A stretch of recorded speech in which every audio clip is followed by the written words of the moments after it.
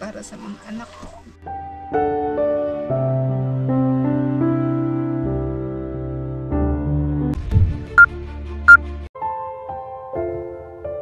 Magtiayon mo, no? Oh, ito po yung ginagawa nila. Ang pangalan ni Mrs. Arne Batad. Arnie Batad. Ikaw, boss?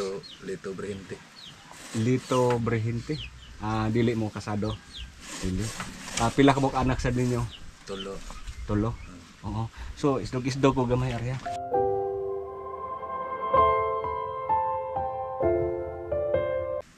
Sa panahon ngayon, bihira na lang ang nagtinda ng puto dahil po ay anang lisod-lisod po ang kaning kamuting kahoy, no? Inyo ha ba gining tanom nga kamuting kahoy? Dili, sir.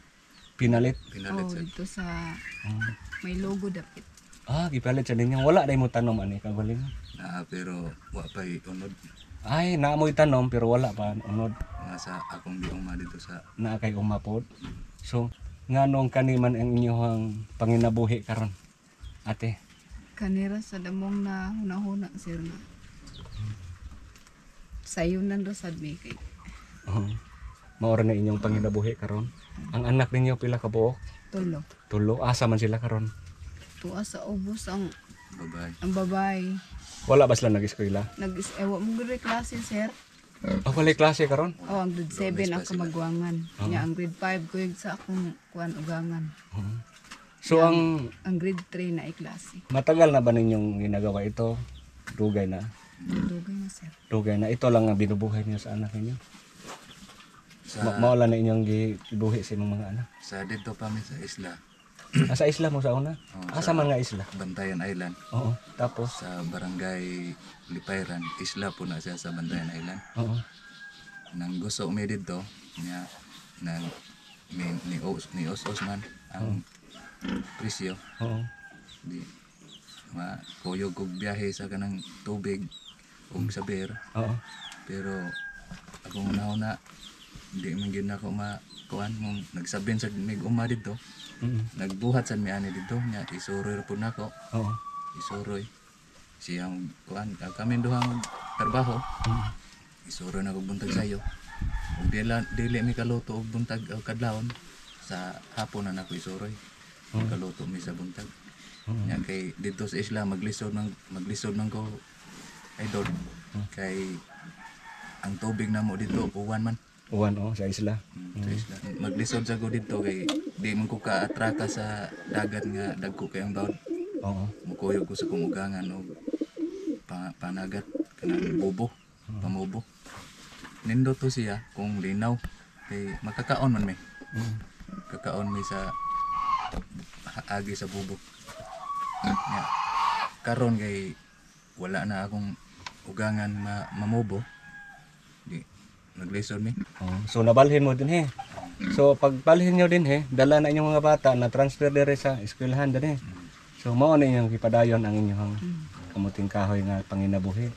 So inani nga panginabuhi, labi na kung lalo na kapag wala kayong maraming tanim. So pangitaan, hanapin pa kung saan kayo makabili ng gawing puto. 'Di ba? Kailangan araw-araw makagawa kayo. Kasi ito po yung hanap buhay ninyo. Sa usa ka semana kaduha ra mi galuto.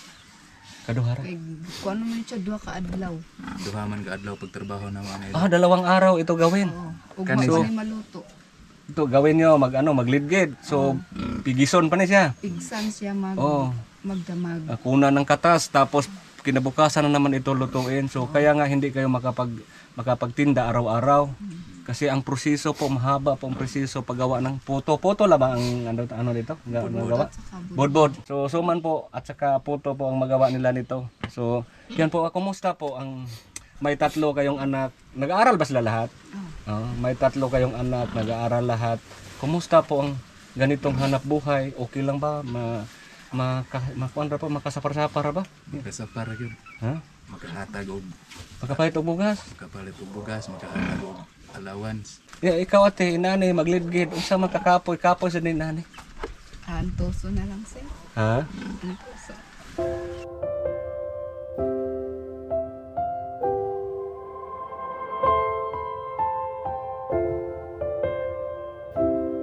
O sa ni among gibuhat sa una, mga kaon labi na tong taas kang init sa una. unsa may kasulti sa nimo? Inday arne kaning inaning trabaho unsa man sa ni kalisod na inani. Tuson lang sir to para sa mga anak ko. Oo. Para sa mga anak no. Wala na kay laing unsa ma-diskarte po sa kin. Nag-uma ko, idol. Nag-uma ka. Nagoy tanom ron mais. Mm. Og kanoy balanghoy. Dagko na imong mais. Og prabuyag. Nakabunga na. Nakabunga na. Kaman sa anagon? Anagon pa man. Anagon. O unsa pagilain? Mga utanon. Mga tanom. Tanon pag mga tanon ni mga utanon. Wa may di may makaluto. Adto mis uma. Oo. Buntag og hapon. So Balik sa- tinabangay ra gyud mo ni Mrs. Mrs, tinabangay ra gyud. Oh, sir. Oo. So kani nga trabaho, bisig unsa basta trabaho nga patas bitaw. Kay kanang uban ron, sagol lagi panghimo, mga binuang dili patas ang panginabuhi kana inyo ha. Limpyo ni nga panginabuhi, walay tawo nga argabyado. Mao ni si panginabuhi nga limpyo, basta magkugi lang gyud. Nang magkugi lang kay kinantanan magkugi mangitag gyud. Iya magitag pamaagi sa pagkugi, labi nang natay mga anak, natay pamilya no.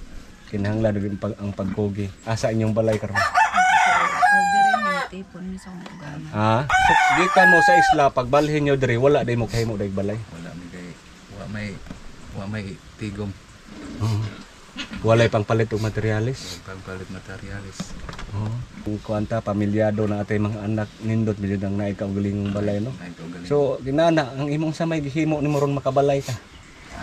Panguha lang kong mga kahoy sa banwa. Oo. Nga akong iatop nani lukay sa lubi. Mao na akong purma diyan niya. Ni relax ako karon kay init pa. Sige kag trabaho. So ang imong gikuha mga bilog na kahoy sa sa talahiban tapos ang ang plano mo ang idingding yung ibubong ay dahon ng niyog ano. So diskarte talaga. So madiskarte talaga si Kuya dito sa bukid basta madiskarte lang. Makagawa talaga ng bahay. Manguha lang ng bilog na kahoy. So pwede ba natin tingnan yung ginawa mong bahay? Ha? Tanawon sa mo ate, ha? Si ate po ay naglidgid. Nasaan bahay na ginawa mo?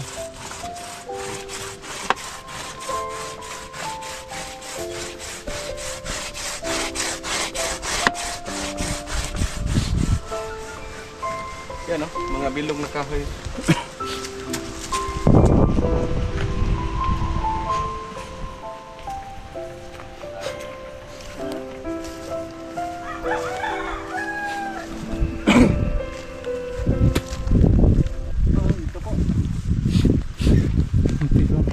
Ito po yung ginawa ni Kuya na bahay nila. Ito mga bilog na kahoy. Ikaw lang ang gumagawa nito. Malaki-laki to. So ang ibubong mo nito, dahon ng niyog. So ang sapako, tabo mo nagka-problema sa lansang? Problema gyapon bro, anam-anam lang. Anam-anam mo lang. Mahal na rong kilos lansang no. So ang imuhang idong ibongbong. Niyog man gyapon dahon niyog. So ito po yung ginawa ni Kuya. Mga bilog na bilog na kahoy, matibay ito ba? Yun yun, lupa. Gano'n. Inihaning yuta. Yan po ay hindi po sa kanila yung lupa, kaya nga ganito lang ginawa ni Kuya kapag dumating ang panahon na kunin sa may-ari, hindi masyadong masakit kasi mga round lang, mga round. Pero magastos to Kuya, lalo na sa pako. May kawayan. Yung kawayan, yan, idingding. Dinding saog. Ganun po ba? Yan po, dumiskarte po si Kuya na magkaroon sila ng bahay kasi 3 yung anak niya. Galing sila sa isla. So ang po nila ngayon, pinagkabalahan nila ngayon, magputo. Puto ng kamuting kahoy. Balik tayo doon sa Kuya.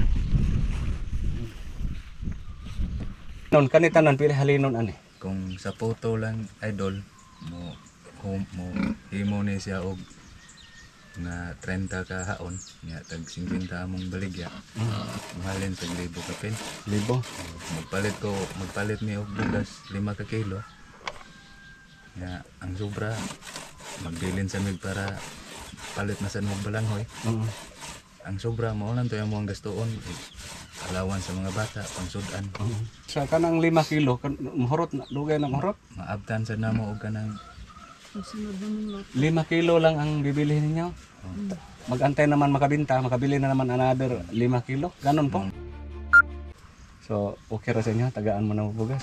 Salamat. Sir. Ha? salamat idol. Matanong ulit, magkano yung puhunan niyo sa muting kahoy? Kani kay kuan man ni among punan ni 500 nya 500. plus sa kamay. Kay kuan man among paliton kamay 2 ka kilo. Nga brown sugar o usa ka kilong to nga sa gitaw ang sa Tagalog ng tinugay. Tinugay. Mo yung isagol ani. Oo.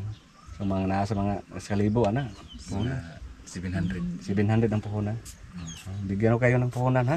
Pero bago pang lahat, ibigay muna namin sa inyo yung bigas para makaginhawa-ginhawa mo gamay. Ha? Naamay bugas ha. Ayo 25 kilos na bugas na mo. So yan po ay naamoy bugas karon niya. Taga-alam po mo para pang dugang niyo puhunan. Okay ra? Ha? At saka para makapalit po kaglansan. Ha? Makabili si kuya ng pako.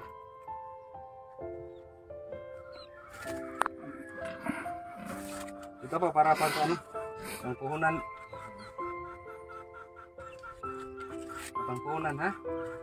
Saka ibili mo ng pako kuya. Bigyan kita para pang pako. Yung lansang ha. Ha? Para pang lansang. Salamat kayo dok. Yan binigyan lang natin ng bigas kasi yan po hindi po madali ang proseso sa kamuting kahoy bago pa mabinta. Salamat kay idol nga nasuruyan gini nimo. Nakita na kung sa among pananabuhi. Pinobre nga panginabuhi. Salamat kayo nga naagi grasya nga niabot namo karong adlaw nga wa namo ibawi. Huwag ka nagdahop. Wala ma Sige ha, padayon lang ha, paningkamot lang gid ha. Kay kaning maningkamot ta kaluyan tas Ginoo. Ya pasensya na ka maoro na among hatag sa inyo karon ha. Inyo ha. pero gani idol nagbo na kiniktaban. Di ate. Salamat kayo nga na agian gid in taon dire. Oo. Nakatabang-tabang natin. Tabang ako ikay ni ko tabang. Kay bugas no. Salamat. Dugay ng lungag.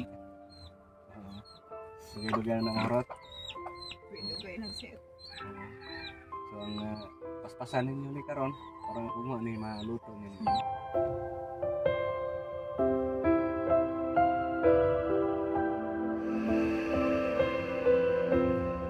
Yan po, naluha po si ate kasi hindi po nila akalain na mapadalaw tayo dito ngayon. Ang layo po ng lugar nila. Kami din hindi namin akalain na makarating kami dito. Sige lang ha, kay ano yung sino.